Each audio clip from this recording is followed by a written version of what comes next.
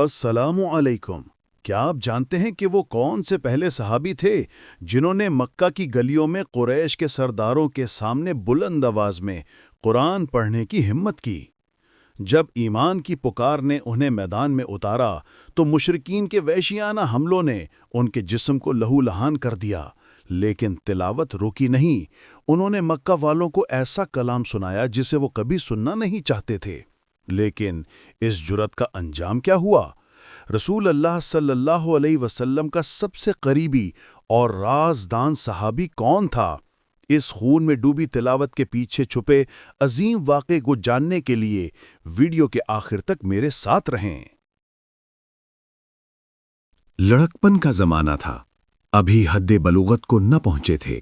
لوگوں سے بہت دور مکہ معظمہ کے پہاڑی راستوں میں ہر روز اپنے آقا اور قریش کے سردار عقبہ بن ابی معیط کی بکریاں چرانے جایا کرتے۔ لوگ انہیں ابن ام عبد کے نام سے پکارتے، جبکہ ان کا اصلی نام عبداللہ اور باپ کا نام مسعود تھا۔ یہ ہونہار فرزند نبی کریم کی تعلیم کے متعلق کچھ عجیب سی باتیں سنا کرتا، لیکن ان باتوں کی طرف دو وجہ سے دھیان نہ دیتا۔ ایک تو بچپن کا زمانہ تھا، اور دوسری وجہ یہ تھی کہ اکثر وقت معاشرہ سے بالکل الگ تھلگ گزرتا۔ روزانہ کا معمول یہ تھا کہ صبح سویرے اپنے آقا عقبہ کی بکریاں چرانے چلا جاتا اور رات کو واپس لوٹتا۔ ایک دن یہ مکی نوجوان یعنی حضرت عبداللہ بن مسعود رضی اللہ عنہ کیا دیکھتے ہیں کہ دو باوقار بزرگ ان کی طرف چلے آ رہے ہیں۔ وہ دونوں بہت تھکے ہوئے تھے اور پیاس کی شدت سے ان کے حلق اور ہونٹ خشک ہو رہے تھے۔ ان کے پاس آتے ہی دونوں نے سلام کہا اور فرمایا، عزیزم، ہمیں ان بکریوں کا دودھ پلاؤ تاکہ اس سے آتش پیاس بجھا سکیں اور اپنی انتڑیاں تر کر سکیں۔ اس ہونہار لڑکے نے جواب دیا، میں تو ایسا نہیں کر سکتا، یہ بکریاں میری نہیں، میرے پاس تو امانت ہیں۔ لیکن ان بزرگوں نے میری اس بات کا برا نہ منایا، بلکہ ان کے چہرے خوشی سے تمتما اٹھے۔ پھر ان بزرگوں میں سے ایک نے کہا، ہمیں کوئی ایسی بکری بتائیے جو ابھی چھوٹی ہو اور دودھ نہ دیتی ہو۔ تو میں نے ان کے قریب ہی کھڑی ہوئی ایک چھوٹی سی بکری کی طرف اشارہ کیا۔ ایک بزرگ آگے بڑھے، ایک ہاتھ سے بکری کی ٹانگ پکڑی اور دوسرا ہاتھ اس کے تھنوں کو لگایا، اور ساتھ ہی ساتھ وہ کچھ پڑھ بھی رہے تھے۔ میں نے بڑی حیرانی سے ان کی طرف دیکھا اور اپنے دل میں کہا، بھلا اتنی چھوٹی عمر کی بکریاں بھی دودھ دیا کرتی ہیں؟ لیکن میں نے دیکھا کہ تھوڑی ہی دیر بعد بکری کے تھنوں میں دودھ اتر آیا، اور دودھ بھی کثیر مقدار میں تھا۔ دوسرے بزرگ نے ایک پیالہ نما پتھر پکڑا اور اسے دودھ سے بھر لیا۔ دونوں نے خوب جی بھر کر پیا اور مجھے بھی بلایا۔ میں یہ منظر دیکھ کر حیران و ششدر رہ گیا۔ جب ہم تینوں خوب سیر ہو گئے تو اس مبارک شخصیت نے تھنوں کو حکم دیا کہ سکڑ جاؤ، تو وہ فوراً سکڑنے لگے، یہاں تک کہ اپنی اصلی حالت میں لوٹ آئے۔ اس موقع پر میں نے عرض کی، عذرائے کرم، مجھے بھی آپ یہ بابرکت کلام سکھلا دیں۔ تو آپ نے فرمایا، ابھی آپ بچے ہیں۔ یہ واقعہ حضرت عبداللہ بن مسعود رضی اللہ عنہ کو اسلام کی طرف مائل کرنے کا باعث بنا۔ کیا آپ جانتے ہیں کہ یہ مبارک انسان کون تھے؟ یہ رسول کریم اور ہم اور آپ کے رفیق خاص حضرت صدیق اکبر رضی اللہ عنہ تھے۔ ان دنوں قریش نے مکہ معظمہ میں ادھم مچا رکھا تھا، مسلمانوں کو طرح طرح کی تکالیف پہنچا رہے تھے۔ اس لیے رسول اللہ اور صدیق اکبر مکہ معظمہ کے ان دشوار گزار پہاڑی راستوں پر چل نکلے تھے۔ اس ہونہار لڑکے نے رسول اکرم اور حضرت صدیق اکبر رضی اللہ عنہ سے خلوص دل سے محبت کی، اور آپ دونوں کو بھی یہ دیانت و امانت کی بنا پر بہت پسند آئے۔ اس واقعے کے تھوڑے ہی عرصے کے بعد حضرت عبداللہ بن مسعود رضی اللہ عنہ نے اسلام قبول کر لیا اور رسول اقدس کو اپنی خدمات پیش کر دیں۔ آپ صلی اللہ علیہ وسلم نے بھی کمال شفقت سے اپنی خدمت کے لیے قبول کر لیا۔ اسی روز سے یہ خوش نصیب فرزند بکریوں کی نگرانی کے فریضے سے سبکدوش ہو کر سید الانام حضرت محمد صلی اللہ علیہ وسلم کی خدمت میں مصروف ہو گئے۔ پھر اس کے بعد حضرت عبداللہ بن مسعود رضی اللہ عنہ رسول اکرم کی رفاقت میں اس طرح رہے جس طرح کے سایہ انسان کے ساتھ رہتا ہے۔ حضر و سفر میں آپ کا ساتھ دیا، ہر جگہ خدمت کی سعادت نصیب ہوتی۔ جب آپ گھر سے باہر جانے کا ارادہ کرتے تو فوراً جوتے مبارک آپ کے قدموں میں لا رکھتے۔ جب گھر تشریف لاتے تو آگے بڑھ کر اپنے ہاتھوں سے حضور صلی اللہ علیہ وسلم کے پاؤں مبارک سے جوتے اتارتے۔ آپ کے لیے چھڑی اور مسواک ہر دم تیار رکھتے۔ انہیں حجرہ مبارک میں بھی آنے کی اجازت تھی، یہاں تک کہ آپ صحابہ کرام رضی اللہ عنہم میں رازدان رسول کے نام سے معروف ہو گئے۔ چونکہ حضرت عبداللہ بن مسعود رضی اللہ عنہ کی تربیت رسول اکرم کے گھر ہوئی، اس لیے آپ کو رسول اللہ کی سیرت و کردار کو اپنانے کا وافر موقع ملا۔ انہوں نے رسول اللہ کی ہر عادت کو اپنے اندر سمونے کی کوشش کی، یہاں تک کہ آپ کے متعلق یہ بات مشہور ہو گئی کہ حضرت عبداللہ بن مسعود رضی اللہ عنہ رسول اکرم کے قریب تر ہیں۔ حضرت عبداللہ بن مسعود رضی اللہ عنہ نے درسگاہ نبوت سے تعلیم حاصل کی۔ قرآن مجید کی تلاوت، قرآن فہمی اور شریعت الہیہ کے علم میں صحابہ کرام رضی اللہ عنہم کے درمیان آپ کو ایک خاص مقام حاصل تھا۔ بطور دلیل ایک واقعہ آپ کی خدمت میں پیش ہے۔ وقوف عرفات کے دوران ایک شخص حضرت عمر بن خطاب رضی اللہ عنہ کی خدمت میں حاضر ہوا اور عرض کی، امیر المومنین، اس وقت میں کوفہ سے آ رہا ہوں، وہاں ایک شخص اپنے حافظے کی بنیاد پر قرآن مجید لکھوا رہا ہے۔ یہ بات سن کر حضرت عمر رضی اللہ عنہ بہت غصے میں آ گئے۔ اتنے غصے میں آپ کو پہلے کبھی نہ دیکھا گیا۔ آپ نے غضبناک ہو کر فرمایا، مجھے بتاؤ کہ وہ کون ہے؟ اس شخص نے عرض کی کہ وہ جناب عبداللہ بن مسعود ہیں۔ ان کا نام سن کر آپ کا غصہ ماند پڑ گیا اور فرمایا، بخدا میرے علم میں جناب عبداللہ بن مسعود کو اس وقت قرآن فہمی میں سب سے اعلیٰ مقام حاصل ہے، جیسا کہ اس واقعے سے ظاہر ہوتا ہے۔ ایک رات رسول اکرم اور صدیق اکبر بیٹھے امت مسلمہ کے متعلق گفتگو کر رہے تھے اور میں بھی اس گفتگو میں شریک تھا۔ رسول اکرم اچانک اٹھے اور ایک طرف چل دیے، ہم بھی آپ کے ساتھ ہو لیے۔ ہم کیا دیکھتے ہیں کہ ایک شخص مسجد میں کھڑا اونچی آواز سے نماز پڑھ رہا ہے۔ اندھیرے کی وجہ سے ہم اسے پہچان نہ سکے۔ رسول اکرم نے کھڑے ہو کر اس کی قرات سننا شروع کر دی، پھر آپ ہماری طرف متوجہ ہوئے اور فرمایا، جسے یہ بات پسند آتی ہے وہ قرآن مجید کو اس لہجے میں پڑھے جس میں وہ نازل ہوا ہے، تو وہ عبداللہ ابن مسعود کی قرات کا انداز اپنائے۔ نماز کے بعد جناب عبداللہ ابن مسعود رضی اللہ عنہ نے اونچی آواز سے دعا شروع کی تو رسول اکرم نے فرمایا، مانگو تمہاری دعا قبول ہوگی، مانگو جو چاہتے ہو دیا جائے گا۔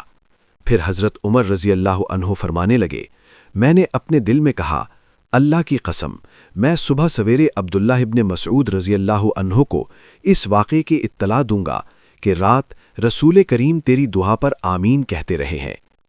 میں صبح سویرے انہیں خوشخبری دینے کے لیے گیا تو کیا دیکھتا ہوں کہ حضرت صدیق اکبر رضی اللہ عنہ مجھ سے پہلے وہاں پہنچ کر خوشخبری سنا چکے ہیں۔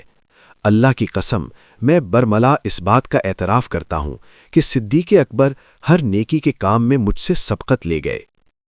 حضرت عبداللہ ابن مسعود رضی اللہ عنہ کو قرآن فہمی میں ایک ممتاز مقام حاصل تھا۔ وہ اپنے متعلق بیان کرتے ہیں، اس اللہ کی قسم جس کے سوا کوئی معبود حقیقی نہیں، اس کے فضل و کرم سے مجھے قرآن مجید کی ہر آیت کے متعلق علم ہے کہ وہ کہاں نازل ہوئی اور اس کا شان نزول کیا ہے۔ جب بھی مجھے پتہ چلتا کہ فلاں شخص قرآن مجید کے بارے میں مجھ سے زیادہ معلومات رکھتا ہے تو میں اس کی خدمت میں حاضر ہو کر معلومات حاصل کرنے کی ہر ممکن کوشش کرتا۔ یہ تو حضرت عبداللہ ابن مسعود رضی اللہ عنہ کا اپنے متعلق بیان تھا۔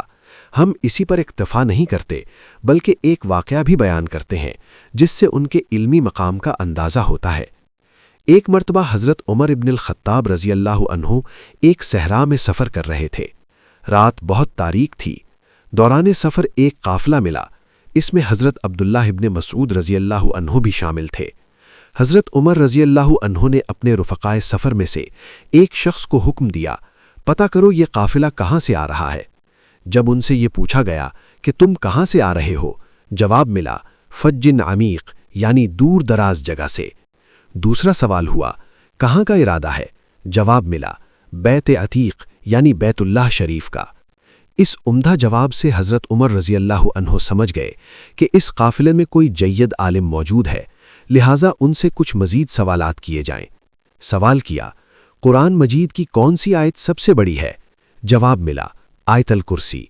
دوسرا سوال کیا، قرآن مجید کی کون سی آیت سب سے محکم ہے؟ جواب ملا، ان اللہ یأمر بالعدل والاحسان وایتاء ذی القربى النحل 90۔ بلا شبہ اللہ انصاف اور احسان کرنے اور رشتہ داروں کو مالی مدد دینے کا حکم کرتا ہے۔ تیسرا سوال کیا، قرآن مجید کی کون سی آیت سب سے زیادہ جامع ہے؟ جواب ملا، فمن یعمل مثقال ذرۃ خیرا یرہ ومن یعمل مثقال ذرۃ شرا یرہ۔ جو ذرہ بھر نیکی کرتا ہے وہ اس کو دیکھ لے گا، اور جو ذرہ بھر برائی کرتا ہے وہ اسے دیکھ لے گا۔ چوتھا سوال کیا، قرآن مجید کی کون سی آیت سب سے زیادہ خوف دلانے والی ہے؟ جواب ملا، لیس بامانیکم ولا امانی اہل الکتاب من یعمل سوءا یجز بہ ولا یجد لہ من دون اللہ ولیا ولا نصیرا۔ النساء 123۔ نجات نہ تو تمہاری آرزوؤں پر ہے اور نہ اہل کتاب کی آرزوؤں پر۔ جو شخص برے عمل کرے اسے اس کا بدلہ دیا جائے گا، اور وہ اللہ کے سوا نہ کسی کو حامی پائے گا اور نہ مددگار۔ پانچواں سوال کیا، قرآن مجید کی کون سی آیت سب سے زیادہ امید دلانے والی ہے؟ جواب ملا، قل یا عبادی الذین اسرفوا علی انفسہم لا تقنطوا من رحمت اللہ ان اللہ یغفر الذنوب جمیعا انہ هو الغفور الرحیم۔ الزمر 53۔ کہہ دو کہ اے میرے بندو جنہوں نے اپنی جانوں پر زیادتی کی ہے، اللہ کی رحمت سے نا امید نہ ہونا، اللہ تو سب گناہوں کو بخش دیتا ہے، وہ تو بخشنے والا مہربان ہے۔ حضرت عبداللہ ابن مسعود رضی اللہ عنہ نے ارشاد فرمایا، قافلہ والوں سے دریافت کرو کیا تمہارے ساتھ حضرت عبداللہ ابن مسعود رضی اللہ عنہ بھی ہیں؟ جواب ملا، یقیناً موجود ہیں۔ حضرت عبداللہ ابن مسعود رضی اللہ عنہ صرف قاری، عالم، عابد اور زاہد ہی نہ تھے، بلکہ چاق و چوبند اور بوقت ضرورت آگے بڑھ کر حملہ کرنے والے مجاہد بھی تھے۔ غالباً یہ پہلے صحابی ہیں جنہوں نے رسول اکرم کے بعد پہلی مرتبہ مکہ معظمہ میں مشرکین کے سامنے قرآن مجید کی با آواز بلند تلاوت کی۔ ایک دن اصحاب رسول مکہ معظمہ میں ایک جگہ جمع ہوئے۔ اس وقت مسلمانوں کی تعداد بھی بہت کم تھی، افرادی قوت بھی کچھ زیادہ نہ تھی۔ سب نے سوچا کہ قریش نے ابھی تک اپنے کانوں سے کلام الہی کو نہیں سنا، ہم میں سے کون یہ جرأت کرے گا جو انہیں اونچی آواز میں قرآن مجید سنائے؟ حضرت عبداللہ ابن مسعود رضی اللہ عنہ نے فرمایا کہ یہ ذمہ داری میں قبول کرتا ہوں، میں انہیں قرآن مجید سناؤں گا۔ سب نے کہا، ہمیں خطرہ ہے، کہیں آپ کی آواز سن کر وہ شرارت پر نہ اتر آئیں۔ ہماری رائے میں یہ فریضہ اسے سر انجام دینا چاہیے جس کا قبیلہ بھاری ہو، اگر یہ شرارت کرنا بھی چاہیں تو قبیلہ آڑے آ جائے۔ اس طرح قرآن مجید کی تلاوت کرنے والا ان کے شر سے محفوظ رہے گا۔ یہ باتیں سن کر آپ نے نہایت ہی جرأت مندانہ انداز میں ارشاد فرمایا، آج مجھے تلاوت کرنے دیجیے، اللہ میرا حامی و ناصر ہے۔ اس کے بعد آپ مسجد حرام میں داخل ہوئے اور مقام ابراہیم کے پاس آ کر کھڑے ہو گئے۔ قریش اس وقت کعبہ کے ارد گرد بیٹھے ہوئے تھے۔ آپ نے اونچی آواز سے ان آیات کی تلاوت شروع کر دی، بسم اللہ الرحمن الرحیم، الرحمن علم القرآن، خلق الانسان علمہ البیان۔ آپ لگاتار سورہ رحمان کی تلاوت کرتے رہے۔ قریش نے جب غور کیا تو انہیں پتہ چلا، ارے یہ تو وہی کچھ پڑھ رہا ہے جو محمد رسول اللہ ہمارے سامنے پیش کرتے ہیں۔ دیکھتے ہی دیکھتے سب مجمع آپ پر پل پڑا، وہ آپ کو مارتے جا رہے تھے اور آپ لگاتار پڑھتے جا رہے تھے۔ آپ جب فارغ ہو کر اپنے ساتھیوں کے پاس پہنچے تو آپ کے بدن سے خون بہہ رہا تھا۔ صحابہ کرام رضی اللہ عنہم نے آپ کی یہ حالت دیکھ کر فرمایا، ہمیں اس بات کا اندیشہ تھا۔ حضرت عبداللہ ابن مسعود رضی اللہ عنہ نے ارشاد فرمایا، اللہ کی قسم اب دشمنان خدا میری نظر میں پرکاہ کی حیثیت بھی نہیں رکھتے۔ اگر آپ اجازت دیں تو میں صبح پھر وہیں جا کر ان کے سامنے تلاوت کرتا ہوں۔ سب نے ایسا کرنے سے روک دیا اور فرمایا، آپ نے حق ادا کر دیا۔ قریش کو وہ مقدس کلام سنا دیا جسے وہ ہرگز سننا نہ چاہتے تھے۔ حضرت عبداللہ ابن مسعود رضی اللہ عنہ حضرت عثمان رضی اللہ عنہ کے دور خلافت تک زندہ رہے۔ جب آپ مرض موت میں مبتلا ہوئے تو حضرت عثمان رضی اللہ عنہ آپ کے پاس آئے اور دریافت کیا، آپ کو کس سے شکایت ہے؟ فرمایا، اپنے گناہوں سے۔ آپ نے دریافت فرمایا، آپ کا دل کیا چاہتا ہے؟ فرمایا، اپنے رب کی رحمت۔ اس کے بعد خلیفۃ المسلمین نے فرمایا، کیا وہ سب مال آپ کے نام نہ لگا دوں جو کئی سال سے آپ نہیں لے رہے؟ فرمایا، مجھے اس مال کی ضرورت نہیں۔ حضرت عثمان رضی اللہ عنہ نے فرمایا، یہ مال آپ کی بچیوں کے کام آئے گا۔ فرمایا، کیا آپ کو اندیشہ ہے کہ میری بچیاں فقر و فاقہ میں مبتلا ہو جائیں گی؟ میں نے اپنی تمام بچیوں کو حکم دیا ہے کہ وہ ہر رات سورہ واقعہ کی تلاوت کریں۔ میں نے رسول اللہ صلی اللہ علیہ وسلم کو یہ فرماتے ہوئے سنا، من قرأ الواقعۃ کل لیلۃ لم تصبہ الفاقہ، جس نے ہر رات سورہ واقعہ کی تلاوت کی اسے کبھی فاقہ نہیں آئے گا۔ جب رات ہوئی تو حضرت عبداللہ ابن مسعود رضی اللہ عنہ اللہ کو پیارے ہو گئے۔